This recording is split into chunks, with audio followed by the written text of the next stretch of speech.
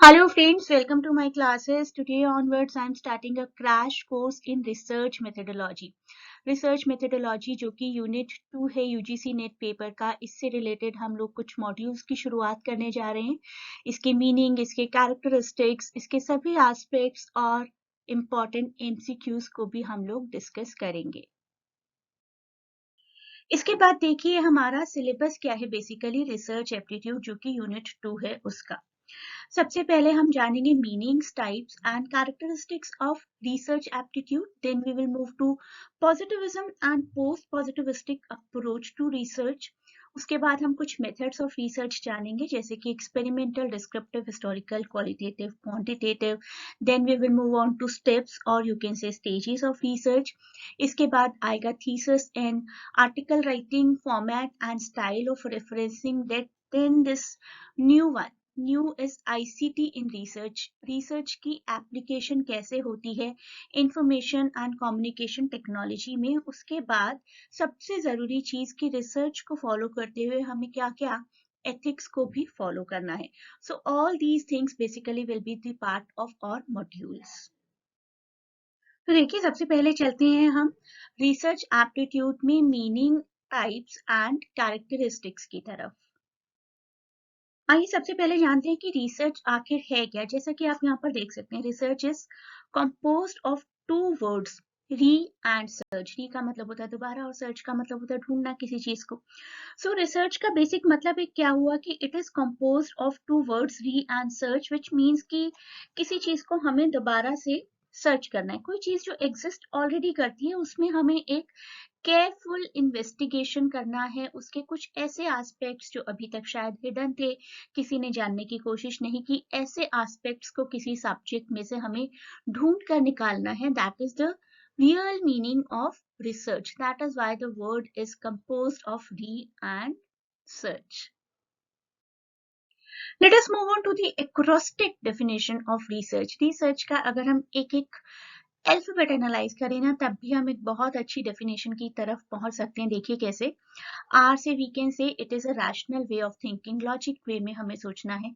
Expert and exhaustive treatment, of course एक expert analysis होना चाहिए। Search for solutions, exactness, analysis, relationship of facts, critical observation, careful recording, constructive attributes, condensed generalization, and everything should be done with honesty.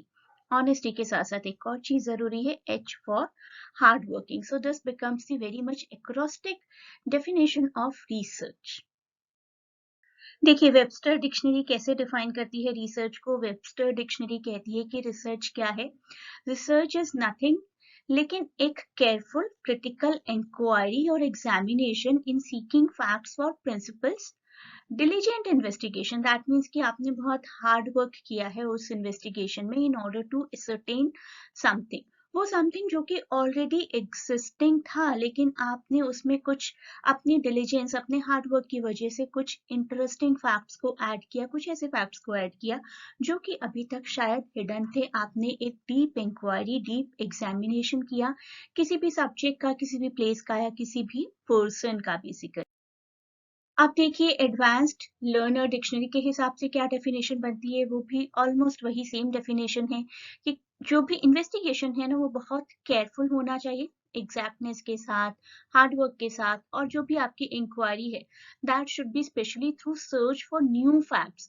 जो existing है वो तो existing है ही, जब आपने रिसर्च की है तब आपको कुछ नए फैक्ट्स, कुछ नए एस्पेक्ट्स को ऐड करना है जो कि अभी तक लोगों को नहीं पता थे, तभी वो रिसर्च कहलाएगी। Otherwise it will just be called a study.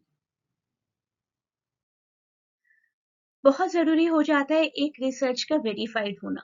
JW base ने यही डेफिनेशन दी है।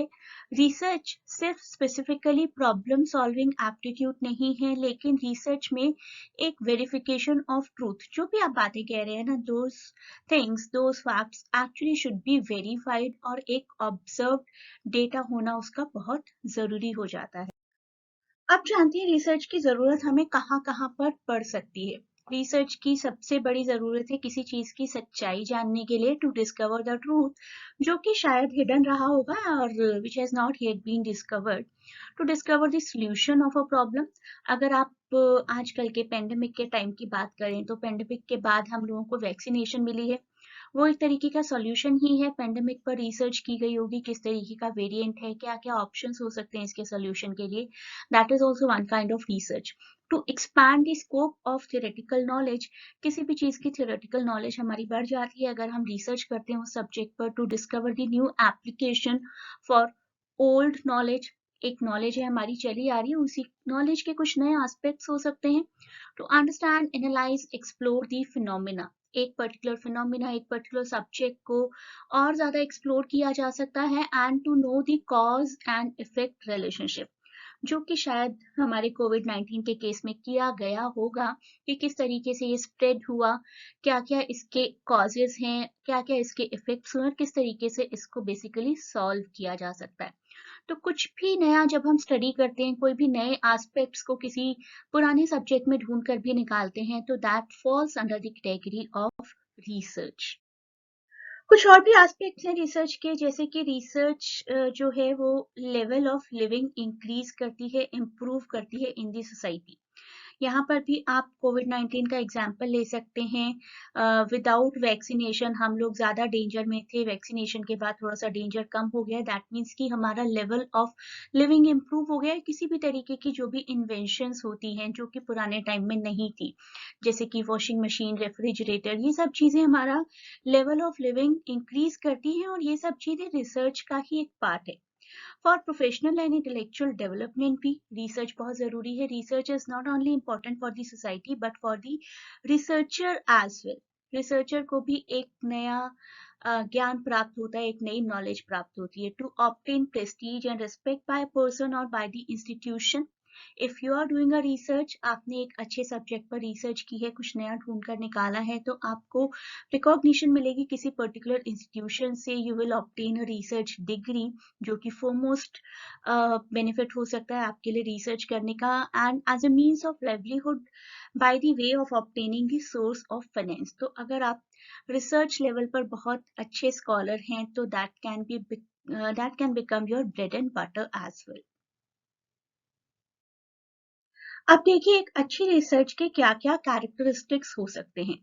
एक अच्छी रिसर्च जो है उसमें सबसे पहले आप देखेंगे कि आपका गोल क्या है, आपका पर्पस क्या है। Research originates with a question और अ प्रॉब्लम, और उसके बाद आपको क्लियरली पता होना चाहिए कि किस पर्पस के लिए आप रिसर्च कर रहे हैं, आपका गोल क्या है। It is guided by specific research problem, question, hypothesis और क्रिटिकल अजम्पशन। आप मानकर चलते हैं कि क्या क्या सॉल्यूशंस प्रोवाइड किए जा सकते हैं, that is what we call hypothesis. Research follows a specific plan और प्रोसीजर। इन सभी स्टेजेस को, स्टेप्स को हम लोग डिस्कवर करेंगे फर्दर मॉड्यूल्स में। Research requires the collection and interpretation of data in attempting to resolve the problem that initiated the research. आप लोगों को किसी पर्टिकुलर मेडिसिन के इम्पैक्ट को जानना है सपोज, तो आप एक डेटा कलेक्ट करेंगे कि कुछ लोगों को ये मेडिसिन दी गई थी, उन पर क्या इम्पैक्ट हुआ। तो collection and interpretation of data ये बहुत जरूरी है। And research is by it's nature cyclical and more exactly helical. Cyclical से मतलब क्या है कि रिसर्च ऐसी चीज नहीं है कि बस आपने एक बार डेटा कलेक्ट किया और इमीडिएटली आपको सॉल्यूशन मिल गया। It is cyclical. You keep on collecting the data, you keep on looking after the impacts, उसके बाद अपनी प्रीवियस रिसर्च को और इम्प्रूव करते हैं। देन बहुत बार ये सारे स्टेप्स इंक्लूड करने के बाद, रिपीट करने के बाद बेसिकली आप किसी रिजल्ट तक पहुंचते हैं। तो रिसर्च बेसिकली एक वन स्टेप प्रोसेस नहीं है, इट इज साइक्लिकल। आपको वही स्टेप्स दोबारा करने पड़ते हैं, रिपीट करने पड़ते हैं, जिससे कि आप एक perfect solution, perfect problem solution की तरफ बढ़े। आज की स्लाइड में हम लोगों ने कवर किया है रिसर्च, उसके मीनिंग्स, उसके टाइप और उसके characteristics.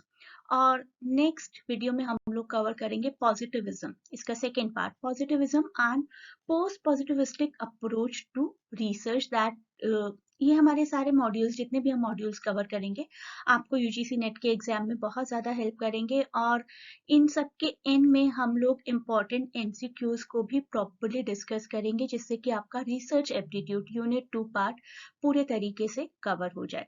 Thanks a lot for watching and best of luck for your exams, and please do not forget to share and subscribe the channel.